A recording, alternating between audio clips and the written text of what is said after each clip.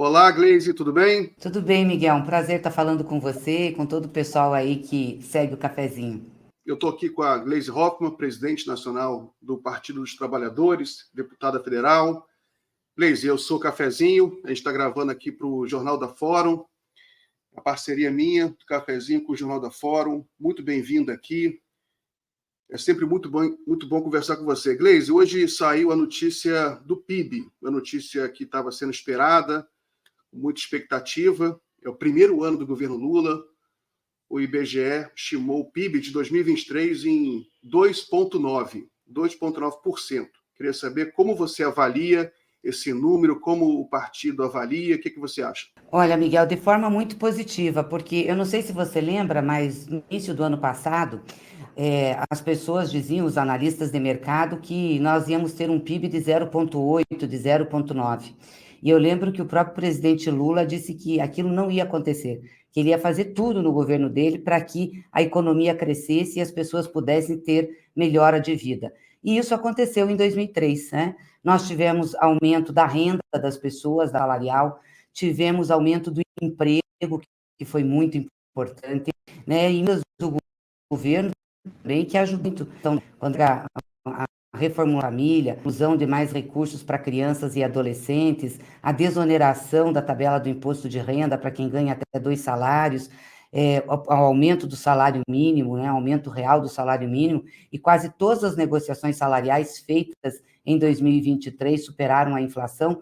Então, isso foi muito importante para que a gente chegasse a esse resultado de quase 3% de crescimento do PIB. É quase 3 vezes o que previam os analistas de mercado. E esse é o resultado, não tenho dúvidas que o presidente sempre desejou e foi para isso que ele se empenhou e, como ele disse, foi para isso que ele foi eleito. Gleise, tem um ponto no PIB, no cálculo do IBGE, que não é tão positivo, que é o investimento, né, a formação bruta de capital, que caiu 3%. Você acha que será possível reverter isso em 2024? A que você atribui essa queda no investimento? Eu acho que temos que reverter isso em 2024, Miguel, para bem da economia do país, né? O investimento é fundamental. Tanto é que o presidente colocou o PAC, que é o Programa de Aceleração do Crescimento, como prioridade do seu governo. Em 2023, o PAC estava sendo estruturado, né? E investimento leva um tempo também para ele acontecer. Então, tem uma decisão de fazer investimento, leva um tempo para isso acontecer. Mas vários investimentos estão saindo do papel tanto do PAC como também de uma parceria privada. Por exemplo, no meu estado, o estado do Paraná, foram licitados os pedágios, né, de 2 lotes importantes lá para a infraestrutura paranaense, num valor bem significativo. Então, são obras que vão iniciar agora. Foi decidido fazer o trem São Paulo-Campinas, que também são coisas que vão iniciar agora. Então, uma série de decisões de grande infraestrutura e também de outros investimentos no social, como a questão Minha Casa Minha Vida, construção de escolas, de unidades de saúde, que vão começar a ter efeito. Então, é o Estado ou investindo diretamente ou fazendo parcerias para que esses investimentos aconteçam. Então, eu acho que é fundamental, acho que o presidente está com foco nisso, vai atuar para que isso aconteça e a gente recuperar em 2024. E o Estado entrando investindo, isso também é um estimulador para a própria iniciativa privada. Gleise, mudar um pouco de assunto, falar sobre a Palestina. Ontem ocorreu um massacre muito grande, uma coisa horrorosa no norte de Gaza. Centenas de palestinos morreram enquanto estavam numa fila de comida, foram alvejados pelo exército de Israel. Hoje saiu uma pesquisa da Quaest mostrando que o prestígio de Israel levou um tombo. Essa pesquisa foi feita antes, foi feita até o dia 27, ou seja, antes do massacre. A pesquisa mostra ainda também que há uma polarização grande em relação a esse tema. Pergunta se o Lula não teria exagerado. Como você vê, depois desse massacre de ontem, você acha que muda o impacto na opinião pública brasileira em relação a Israel? Como você está vendo essa questão na Palestina? Acho que está mudando, né? A pesquisa da Quest, que eu vi hoje também, já aponta para isso, né? Nós temos um drama humano, humanitário ali. tratado só como um posicionamento de um lado ou do outro. Quer dizer, é muito forte o que a gente está vendo, muito forte as cenas, os vídeos, as fotografias, né? Ver aquelas crianças perdidas, sem ninguém, sem saber para onde ir, crianças tendo órgão amputado, sem anestesia, sendo mortas, mulheres, as pessoas com fome. Quer dizer, como é que deixa uma situação chegar a isso, né? O governo de Israel é assassino nesse sentido, né?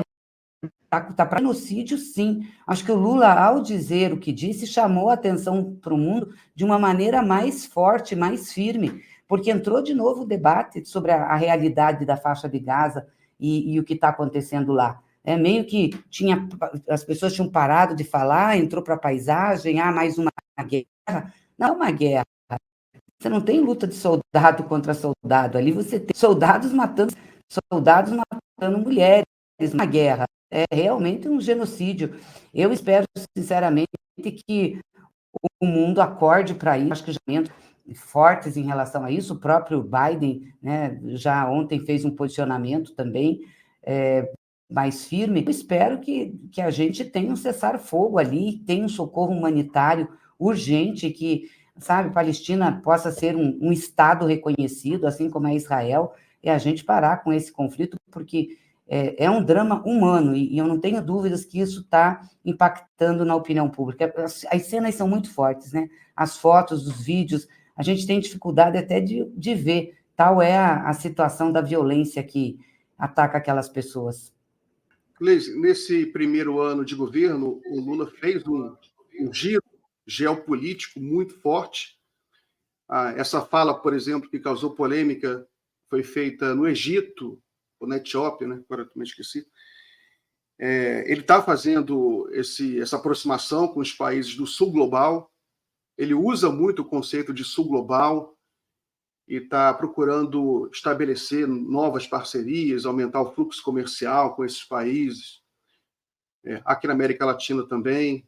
Inclusive, a notícia que eu vi hoje, que o presidente da Colômbia, Gustavo Petro, também fez uma fala forte contra o massacre em Gaza. Como você vê esse giro geopolítico do Lula e como você acha que ele pode se refletir na economia brasileira e na nova ordem mundial? Olha, o presidente recolocou o Brasil, né, no cenário internacional, porque a gente estava numa situação de pária. O que Bolsonaro fez com o Brasil perante o mundo foi uma coisa muito ruim, né? Ninguém nem queria visitar o Brasil também, nem tampouco recebê-lo. Ele não tinha o que falar, o que tratar com os países. E o Lula não, o Lula reposicionou. Fez viagens importantes, né, na Ásia, continente africano, na Europa, Estados Unidos, e sempre fez com a questão, com duas referências, né? A articulação política do Brasil junto com essas nações, ou seja, os posicionamentos do Brasil, suas relações, e também as relações comerciais. Sempre Lula estava referenciando isso para a China, por exemplo. Ele foi com uma comitiva grande de empresários, de agricultores, abriu novos negócios para o Brasil.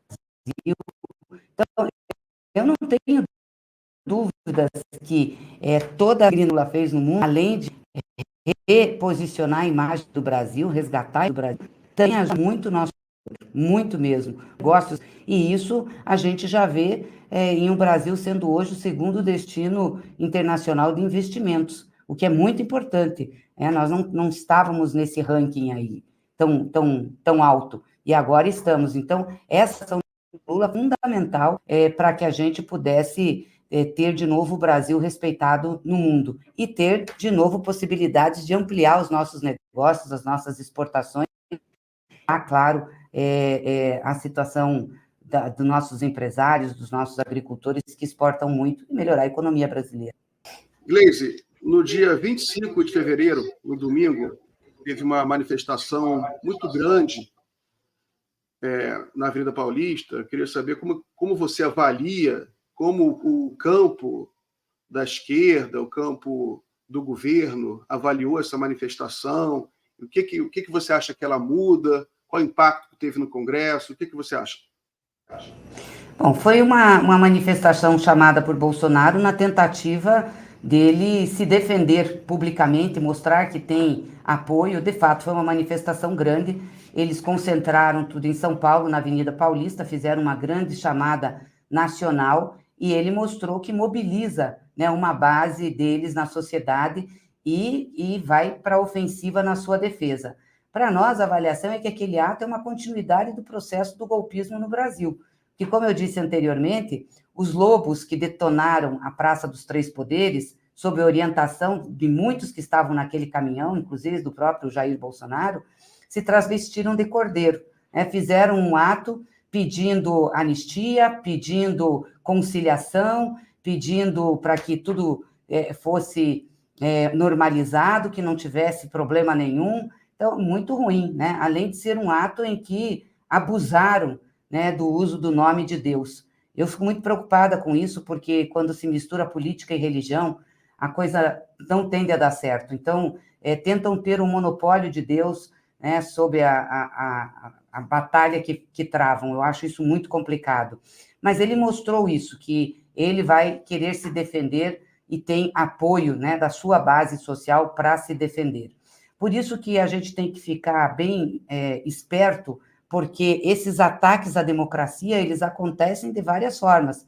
Acontecem da maneira brutal, como eles fizeram em 8 de janeiro, depois acontecem nessa forma, né, travestidos de pessoas simples, humildes, que pedem anistia, que querem conciliação, mas isso tudo é um crescente contra o Estado democrático de direito, contra a democracia e principalmente contra a punição daqueles que foram os artífices do golpe que quase se consumou, que pretendiam consumar no dia 8 de janeiro. Então, está muito certa a Justiça, o Supremo, o Tribunal Superior Eleitoral, de fazer essas investigações. E ontem a gente teve uma operação importante, que foi em cima de quem financia esses atos. Nós temos que saber quem que pagou para aquela gente ficar, e pagou, não estou no sentido de pagar as pessoas, mas a estrutura, né, que tinha lá, som, comida, bebida, nas frentes dos quartéis, né? Quem que pagou os ônibus para trazerem as pessoas para Brasília para fazer aquela bandidagem no dia 8 de janeiro? Quem que pagou aqueles que fizeram também, em dezembro, ações de rua aqui, queimando ônibus, depois aquele outro que foi colocar bomba no aeroporto? Isso tudo tem que ser investigado, porque é muito grave, né?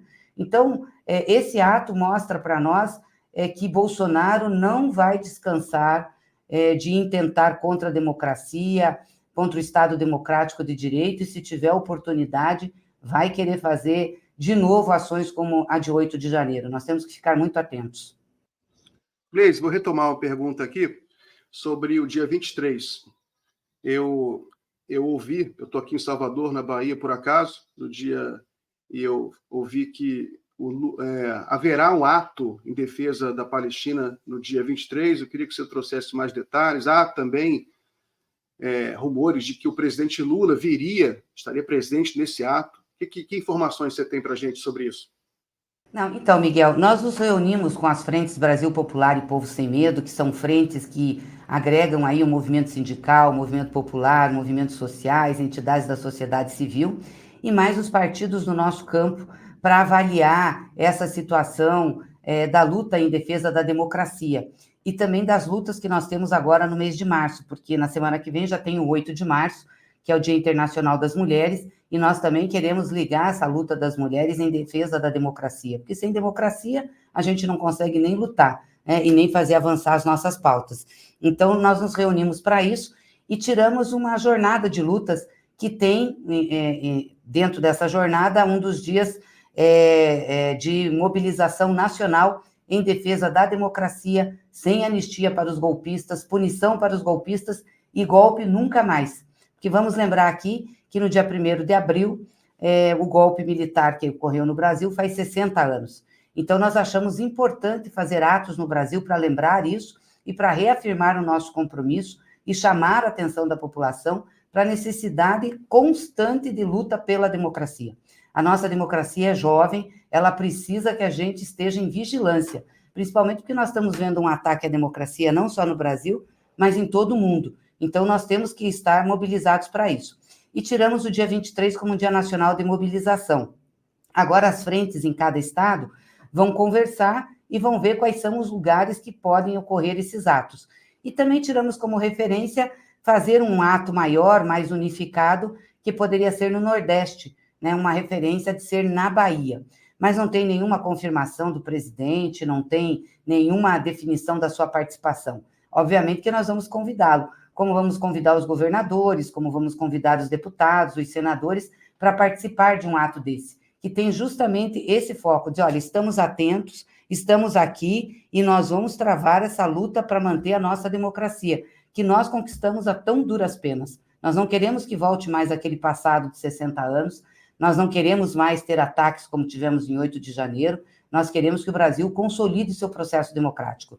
E é óbvio que essa democracia formal, de participação, de fala, de participação em eleição, mas também a democracia efetiva, que diga ao povo por que ela é melhor do que um regime autoritário. A democracia que leva melhoras na economia, como a gente está tendo, né, e teve nesse ano de 2023, com o presidente Lula à frente do governo, é a democracia que combate a fome, é a democracia que melhora a renda das pessoas, é a democracia que leva serviço público para todos os lugares do Brasil. Então, é essa discussão e é essa defesa que nós queremos fazer. Por isso, o ato do dia 23. Depois nós vamos ter outras lutas, vem o 1º de maio, que nós também vamos fazer um ato unificado, vamos ter as lutas de abril, que são as lutas do campo, enfim, tiramos um calendário dos movimentos e do campo dos partidos progressistas e populares.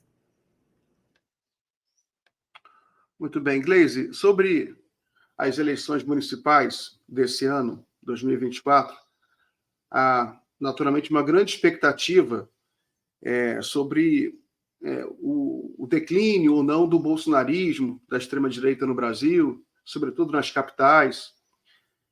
Qual a expectativa que você tem sobre as eleições municipais? Quais as estratégias gerais que você pode divulgar, o que vocês já definiram, se é que já definiram, tanto o PT quanto o arco de partidos aliados? Quais as estratégias?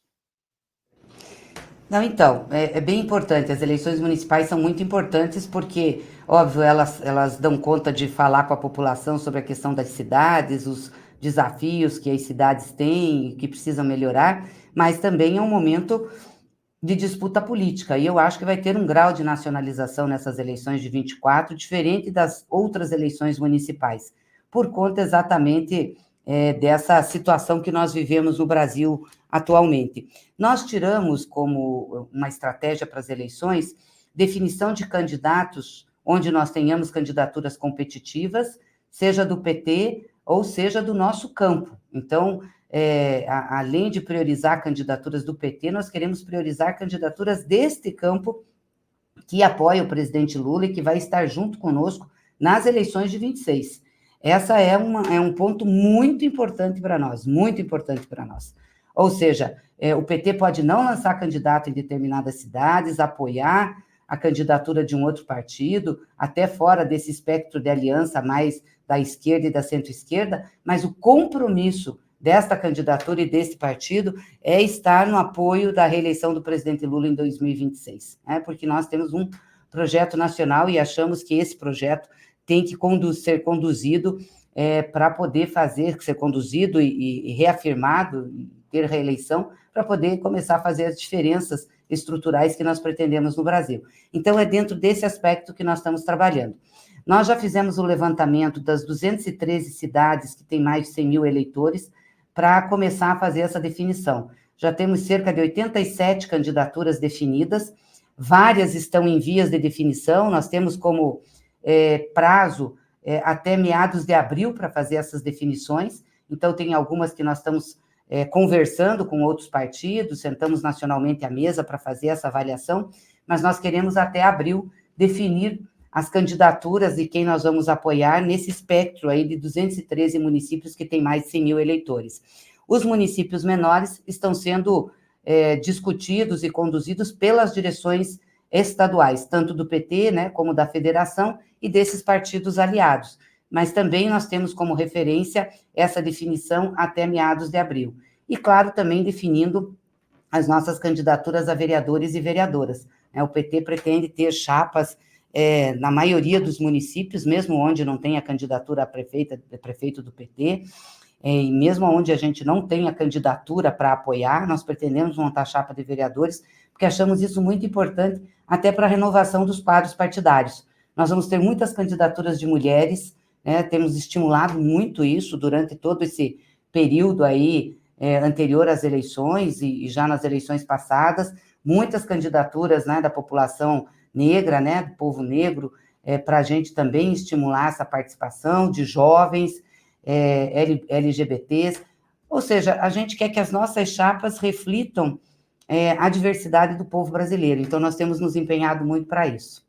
Gleis, voltando aqui um pouco ao tema econômico, hoje foi divulgado o PIB, 2,9%, e o investimento foi o ponto fraco, caiu 3%, e para esse ano há uma expectativa de que o investimento possa acontecer, mas ao mesmo tempo há algumas críticas ao engessamento do Estado, do governo federal, em função do novo marco fiscal, né? O ministro Haddad ele recebe algumas críticas por parte do próprio campo da esquerda, algum fogo amigo aí, porque ele estaria sendo muito, muito conservador, muito ortodoxo. Eu queria saber como você vê essas críticas, né, ao próprio Haddad, ao próprio marco fiscal, e como você vê que poderia ser destravado o investimento diante do quadro fiscal apertado e dessa lei fiscal também que é muito dura. Não, primeiro dizer que não são críticas ao Haddad quando a gente discutiu esse assunto, né? Eu acho que agora já é página virada, vamos ver como é que a economia em 24 reage. Acho que tem boas perspectivas, né? Vi que a receita cresceu, tomara que continue crescendo, porque isso vai ajudar muito para não comprometer nenhum investimento na área fiscal, na área do Estado. Mas não é fogo amigo e nem são críticas ao Haddad. O PT sempre discutiu muito isso, né? Essa questão da economia. Então, nós tivemos um momento ali de chamar a atenção, né, do que nós achávamos que podia ser problema no futuro, e deixamos isso registrado. E eu acho que agora a gente tem que tocar o barco, ver como que nós vamos resolver aí 24, que a economia ande bem. Eu acho que a projeção que está se colocando de 2%, 2,5%, eu acho que a gente tem que fazer um esforço para superar o crescimento desse ano, né? Eu sempre falo que a meta que nós temos que ter é uma meta de crescimento econômico. Nos governos do presidente Lula, a gente cresceu em média 4% ao ano, que foi muito importante para que a gente pudesse melhorar realmente a situação da economia brasileira. E eu acho que é isso que a gente precisa ter como meta. Então, vamos torcer para que as coisas dê certo, que os investimentos saiam do papel, não só os do Estado, né, diretamente previstos no PAC, em outras áreas, mas também os investimentos privados e as parcerias que o Estado está fazendo, o governo está fazendo com a iniciativa privada. Gleis, uma crítica que se faz também ao governo Lula é a falta de um projeto mais consistente, algumas metas mais objetivas, mais diretas. Eu até acrescentaria, uma bandeira que eu defendo muito, a questão das ferrovias, do transporte ferroviário, que o Brasil ele precisa investir mais nessa questão, um transporte coletivo, um transporte de massa, investir muito na mobilidade urbana. Como você responde a essas críticas da falta de um projeto assim, mais objetivo, consistente, com uma meta? Mas tem um projeto estratégico, sim, nessa área de investimento, que é o PAC, né, o Programa de Aceleração do Crescimento, que está sendo coordenado aí pela Casa Civil, junto com todos os outros ministérios. Então, por exemplo, eu te dei o exemplo da licitação do pedágio nas rodovias do Paraná, né, para conservação de rodovias, para duplicação, para aumento que nós precisamos muito lá para a escoação da produção. Isso está sendo visto no Paraná, mas está sendo visto também em outros estados. E nos estados onde não tem sustentabilidade, a questão do pedágio, dessa parceria público-privada, o governo está fazendo investimentos pesados em rodovias. Aliás, Miguel, só nesse primeiro ano de 2023, os investimentos do Ministério dos Transportes nas rodovias federais foi maior do que os investimentos que Bolsonaro fez nos seus 4 anos de governo. Foi maior, né? Nós, lá no Paraná, só nós recebemos 800 milhões de reais em um ano, né? Quando no outro governo não chegou a 100 e poucos milhões. E a gente estava numa situação muito crítica das rodovias. Então, isso tem sido investido. É um ponto. Então, tem dentro do PAC toda a estratégia de recuperação das rodovias no país, seja por parceria público-privada, seja por investimento direto. Na questão ferroviária também, eu falei há pouco agora do trem ligando São Paulo a Campinas, que faz tempo que isso está se desenhando e agora está saindo do papel, né? Teve a licitação já, então é importante, as obras devem começar. E a parte de ferrovias também, para escoamento de produção. O Brasil precisa disso, com certeza, cada vez mais, investir, e tem todo um investimento em ferrovias. A parte de mobilidade urbana, né, com corredores de ônibus, não só trens e metrôs, mas corredores de ônibus, ônibus elétrico, enfim, também está no PAC. É óbvio que talvez a gente não tenha, do ponto de vista do Estado, o recurso que nós precisaríamos ter para fazer esses investimentos. Então, seja um recurso mais limitado. Mas tem muito incentivo para a iniciativa privada entrar junto nesses investimentos. Então, tem uma visão estratégica, sim, sobre investimentos em infraestrutura no Brasil, principalmente nessa questão de transporte, seja para a produção, seja para as pessoas, porque realmente nas regiões metropolitanas é um drama, né, a questão do transporte coletivo. Leis, última pergunta, então, sobre a relação entre os poderes, a relação, sobretudo a relação entre o executivo, o legislativo, que são poderes eleitos, né, com o judiciário, que sempre foi, há muitos anos, que é uma relação problemática no Brasil. Durante os governos Lula foi uma relação problemática, sobretudo com a Lava Jato, né, que ela provocou muita confusão aí nessa relação.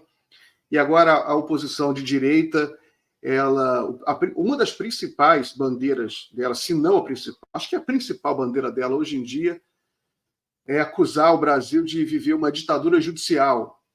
Até um jornalista de direita e americano hoje, mas um cara com um público grande, fez uma acusação que eu considero sem pena em cabeça, mas enfim, queria que você respondesse, que o Brasil vive uma ditadura judicial, prendendo opositores, e dentro do campo da direita isso está crescendo muito, né? Tanto que essa manifestação de 25 de fevereiro foi basicamente, a principal bandeira foi essa. Como você vê, como você responde essa acusação da direita? É engraçado, né? Porque a extrema-direita sempre deturpa e desvia as coisas. Eles colocam para os outros o que eles fazem. Eles defendem ditadura, eles defendem direção ditatorial, né? Fizeram isso o tempo inteiro. O Bolsonaro falava disso, defendeu a ditadura militar, defendeu os torturadores, eles defendem. Aí, quando eles têm que responder pelos erros que eles praticam, pelos crimes que eles praticam, eles dizem que é ditadura. Olha, nós teríamos todas as condições, nós da esquerda, o presidente Lula, nós do PT, de dizer que tem uma ditadura judicial, que nós passamos por situações muito difíceis, né? Em processos em que a gente não teve o Estado democrático de direito respeitado devido ao processo legal, em que teve conduções coercitivas, prisões arbitrárias, tudo isso. Nós denunciamos na época, fizemos movimento, discutimos judicialmente, fomos atrás do direito. O Lula se defendeu em todas as vezes que teve a oportunidade para falar. Nunca o Lula ficou calado num depoimento. Bolsonaro ficou. Quando a pessoa fica calada num depoimento é porque ela não tem o que dizer, ou se ela disser, ela vai se comprometer, porque ela não consegue se defender. O Lula, pelo contrário, em todos os depoimentos que ele foi, ele levou provas da sua inocência, fez o seu depoimento, aliás, até debate com o juiz. Quantas vezes a gente viu o Moro falando com o Lula, enfim, em depoimentos, e ele se defendendo. Então, Lula, nós nunca recuamos de fazer a nossa defesa, sempre fizemos de cabeça erguida e sempre apontamos os erros judiciais, mas sempre defendemos que prevalecesse o devido processo legal, o Estado democrático de direito.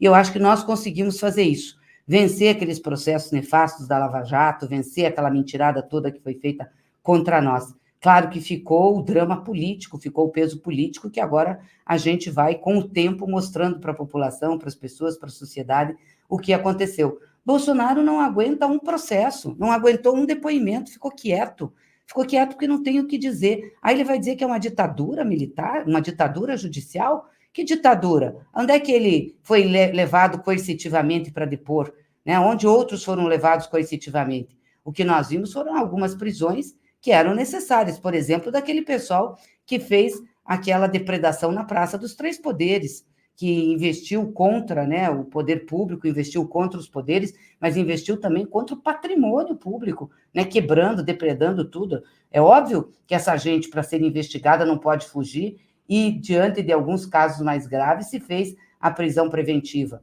Isso é previsto no Código de Processo Penal, inclusive para outras situações também que teve prisão. Mas não tem ditadura não judicial, o que nós estamos vendo é firmeza nas investigações, os inquéritos sendo tocados, não colocados debaixo do tapete, e as coisas sendo esclarecidas, e nós precisamos disso.